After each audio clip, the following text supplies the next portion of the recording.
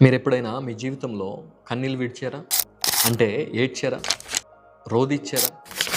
ఒకవేళ మన యొక్క జీవితంలో మనము మనుషుల దగ్గర కన్నీళ్లు కారిస్తే, వాళ్ళు మన యొక్క కన్నీటికి అంతగా విలువనివ్వరు.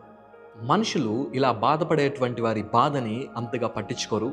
వారి యొక్క కన్నీరికి అంతగా విలువ కట్టరు. కానీ బైబిల్ ఏం సెలవిస్తుందో తెలుసా? యెషయా గ్రంథం 38వ అధ్యాయం 5వ వచనంలో ఈ విధంగా ఉంది. నీవు కన్నీళ్లు విడుచుట చూచితిని, నీ ప్రార్థన నేను అంగీకరించి ఉన్నాను. ఈ మాట దేవుడు చెప్తా ఉన్నాడు. బైబిల్లో హిజ్కియా అనే ఒక రాజు ఉన్నాడు. ఆ రాజు దేవుని యొక్క మార్గములో నడిచాడు. దేవుడికి ఇష్టమైనటువంటి పనులు చేశాడు. దేవుని యొక్క బిడ్డగా ఉన్నాడు.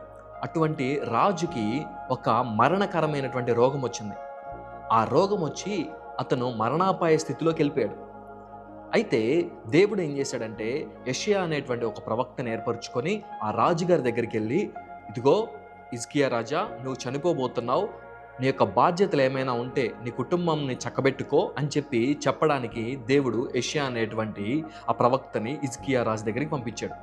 అప్పుడు ఆ మాట విన్నటువంటి హిజ్కియా రాజు వెనుకకు తిరిగి ఏడ్చుతూ దేవుడికి ప్రార్థన చేశాడు. అయ్యా, నీ దగ్గర ఎలా ఉన్నానో నీకు తెలుసు, నా ప్రవర్తన ఎలాగుందో నీకు తెలుసు, నువ్వు నాకు రాజ్యం అప్పచెప్పినప్పటి నుంచి నేను ఏ విధంగా పరిపాలన చేస్తున్నానో నీకు తెలుసు, కాబట్టి నాకు మరణాన్ని తప్పించవా అని చెప్పి కన్నీళ్లు విడుస్తూ ప్రార్థన చేశాడు. ఆ కన్నీళ్ళని దేవుడు చూశాడు. మన దేవుడు కన్నీరు చూసేటువంటి దేవుడు, కన్నీరు తుడిచేటువంటి దేవుడు.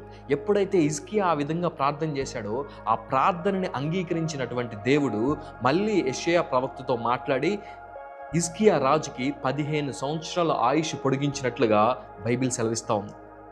కాబట్టి మనం మనుషుల దగ్గర ఏడిస్తే మన కన్నీరుకి ఎంత మాత్రం విలువ ఉండదు. కానీ దేవుని మందిరంలో కన్నీటితోటి ప్రార్థన చేస్తే, దేవుని సన్నిధానంలో కన్నీటితోటి ప్రార్థన చేస్తే ఆ కన్నీళ్ళకి దేవుడు విలువనిస్తాడు. ఆ కన్నీళ్ళ ద్వారా మన యొక్క జీవితంలో ఉన్నటువంటి బాధనంతటిని కూడా దేవుడు తొలగించేటువంటి శక్తినిస్తాడు. మరి ఒక చిన్న ప్రార్థన చేసుకుందామా?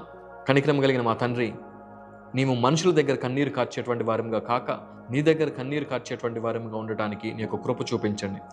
నీ యొక్క కనికరమును మాకు చూపించమని యేసయ్య అతి పరిశుద్ధమైన నామములో అడిగి వేడుకుంటున్నాము పరమ తండ్రి.